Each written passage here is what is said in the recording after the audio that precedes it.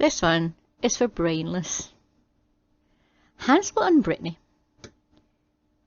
Abandoned by their stepmother in the middle of the estate so she can go on holiday to Turkey with their father, what Hansel and his sister Britney could really do with is finding a house made entirely of fast food.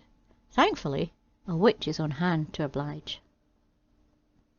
Once upon a great high-rise estate dwelt a poor nightclub bouncer with his second wife and his 2 children from his previous marriage, a boy called Hansel and a girl named Britney.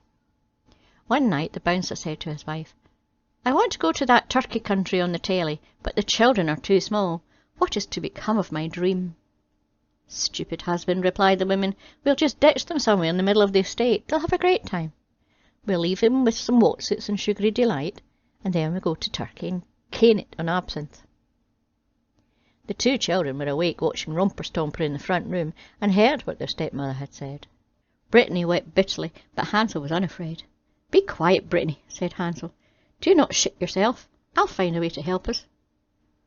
Early in the morning the stepmother took the children from the sofa, gave them each a jumbo bag of Wotsit, and began to lead them into the middle of the dark, gloomy estate. Suddenly Hansel stopped and turned around. "What are you playing at?" snapped the stepmother. "I'm merely looking at the way the satellite dishes glint in the sun," Hansel replied. "You'll see my sovereign ring glinting in front of your teeth if you don't get a move on," the bouncer's wife snarled. Hansel carried on walking, but what the stepmother did not know was that he had thrown a Wotsit on the ground. Step by step he threw Wotsit after Wotsit down, so that they would be able to find their way back home. The children's stepmother led them still deeper into the estate, where they had never in their lives been before. When they were ready to drop with exhaustion, she pointed to a bench and said, "Just sit there, children, and have a little sleep. I'm going to get you all sorts of crisps and sweets, and then I'll come back and fetch you." Hansel and Britney soon fell asleep. When they awoke it was evening, and there was no sign anywhere of their cruel stepmother. "Just wait till the street lights come on," said Hansel, "and then we shall see the Wotsits I have strewn about. They will show us our way home again." So when the lights came on they set out, but they found no Wotsits, because the pigeons had eaten them all. Hansel said to Britney, "Have no fear, we shall soon find the way." But alas, they could not. They walked the whole night, but still did not get out of the estate. At dawn they saw before them a friendly-looking pit-bull hound, which looked at Hansel as if he should follow it. The children approached it, whereupon it bit Hansel cruelly and chased them down the road. They ran and ran until they found themselves in front of a very strange-looking cottage. When they approached the cottage, they saw that it was built entirely of Alabama fried chicken products. The walls were made of chicken spine drumsticks, and the roof of monster chicken burgers. The washing machine in the garden was made of polystyrene and dripped hyper-cola from its open door. Hansel and Britney were so hungry they began to nibble at the walls of the cottage. All at once the chicken nugget door swung open, and a witch came creeping out. "Eating my house, eh?" said the witch. "Come inside, dear children, and I'll feed you properly." She took Hansel and Britney by the hand, led them inside, and set before them 2 large buckets of food.